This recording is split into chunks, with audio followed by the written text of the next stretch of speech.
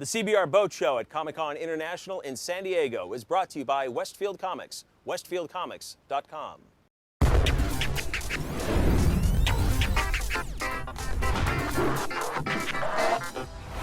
Welcome to CBR TV. I'm Jonah Weiland on the CBR yacht behind Comic-Con International in San Diego. Sitting to my left is Mr. Brandon Routh, the star of Superman Returns and the upcoming movies Dead of Night, Scott Pilgrim. That's right. Brandon, thanks for coming out. Absolutely, I'm glad to be here. Dead of Night, this is an unusual comic book movie, at least in America, considering Dylan Dog, what it's based on, isn't that well known. So you guys get a lot more leeway in terms of what you do with the character. For an American audience, yes. I mean, the Italian audience and the European audience definitely are more critical, and because they know what's happening. So it's been, taking some adjustment for them to go, oh, you're not having this, or this isn't part of it. But, with any comic book adaptation or any book adaptation, there are certain things that don't translate or that need to be shifted in order to make the medium. It's a big change from printed picture to moving picture. So, but we do have a great bit of leniency, I guess, as far as introducing it to the U.S. audience and kind of show them something really unique and something that they've never seen before. But in Italy, Dylan Dog is a cultural icon. Yeah. So what sort of feedback have you been seeing from them? And are they chill about it, or are they saying, you guys better be careful what you're doing with our character?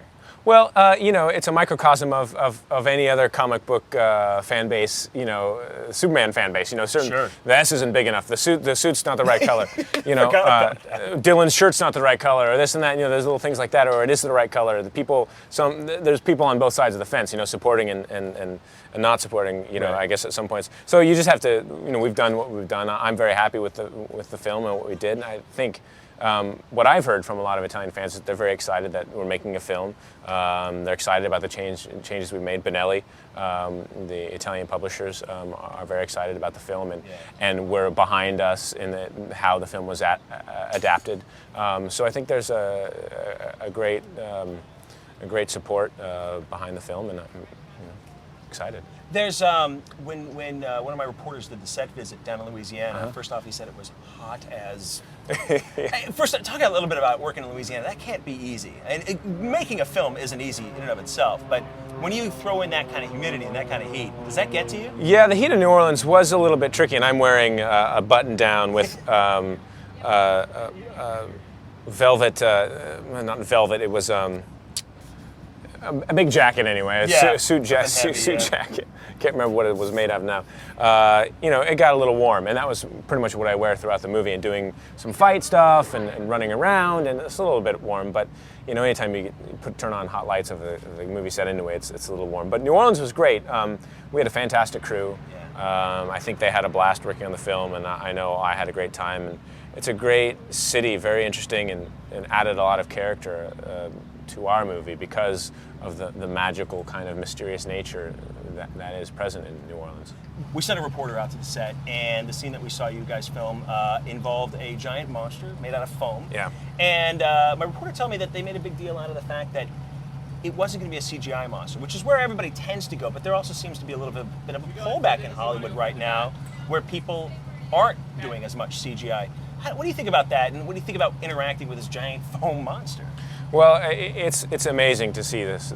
The character you're talking about is the tattooed zombie. Yeah. And it's real and in your face. And it was a guy who was about, with everything, I think 7'8" or something. It's not 7. I'm sorry, 6'8". Yeah. If he was 7'8", that'd be even more like incredible. Yao Ming. But like, he had like 28-inch biceps on this guy, and it was real. I mean, real. It's so much better and more fun as an actor to play against that versus a green screen.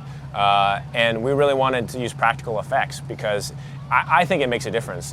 I grew up watching films like The Dark Crystal and Labyrinth, where those were real. Those puppets seemed so much more real to me than any CG that you can use. Coming from a very heavy effects-driven film in Superman, it was nice to work with real creatures.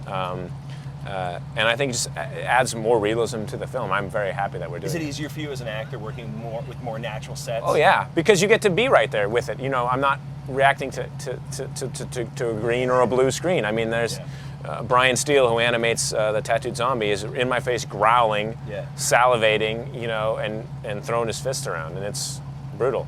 You've got a third comic book movie that you're in, Scott Pilgrim, which is huge, absolutely huge in the comic book world. And you're playing a very odd character, at least from the book, in Todd Ingram. He's there's nothing normal about this guy.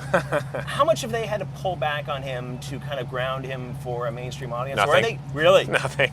You got the telekinetic powers. The whole movie is all out. You know, it's a hard movie to describe to anyone because it's so unrealistic. Yeah. There's a nice groundedness that will happen in it because there's nice slow beats where the characters have nice intimate moments and the relationship between Scott and Ramona that exists.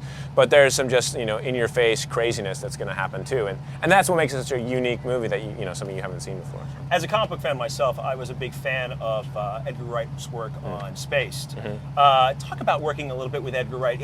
It's certainly one of the more creative directors I've seen in the last 5 years, especially when you look at Spaced and his quick cuts and his nuts. Does he bring that sense of style to? He definitely uses the comic book a lot. It's being very, very faithful to the cells. Even their storyboards are very similar to the cells of the comic book, and he is a fast-paced guy. He wants to keep going. He's on the set the whole time. He's in it the whole time. He's wonderful to work with. He's got a great thing going. He's great with actors, which is something I love. Kevin Monroe, who directed Dead of Night, is great with actors. Easy to speak to and to collaborate with, which is something I look for as a director, as an actor. Yeah. Looking for a director. Finishing up here, comic book movies. You've now got 3 of them. You played Superman. Actually, before we get to that, you still get that, hey, it's Superman stuff. Yeah. Well, especially here. Yeah. But yeah, every once in a while. Comic book movies are basically becoming a genre.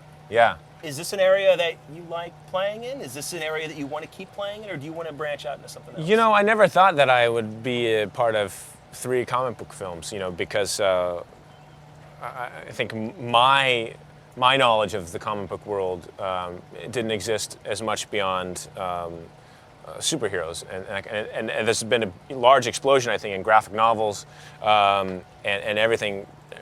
Studios looking for anything they can to adapt and turn into a movie. So I'd heard of Dylan Dog actually because I had a friend who grew up in Italy, and he told me about it. He had this huge collection of all the Italian ones. Oh wow! So I heard about it, 8 years ago, and when the script came to me, I was like, Dylan Dog, don't I know this? This is what Garrett told me about. Yeah. So that was really cool, and for him that was a bigger deal. He said, oh, this is cooler for me than Superman. So you have so many different fan bases, and then Dylan is so much different than Superman, and so much different from Scott Pilgrim. They're comic books, but they're completely different genres anyway. I mean, they're fantastical, but each character of the 3 characters is completely different. In Scott Pilgrim, I play a villain. Yeah. Superman, I'm the ultimate good guy, and in Dylan, I'm kind of a begrudging hero. Yeah.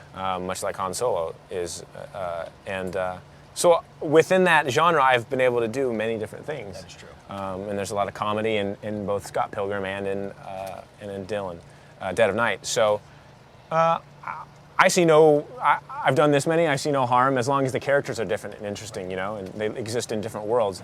I think it's exciting, and probably, a quarter of the movies that get put out seem to be, comic book movies now. So yeah. It's great for all that creativity, to foster that creativity that exists in artists and writers. And you just came from a signing inside the convention center. Any weird requests? No, we were just signing the Dead of Night posters that we gave out. No body parts today? No body parts, no. I'm going to let you get back in there with more of the fans. Thanks for coming out, man. Absolutely. He's Brandon Routh. I'm Jonah Weiland, and this is CBR TV.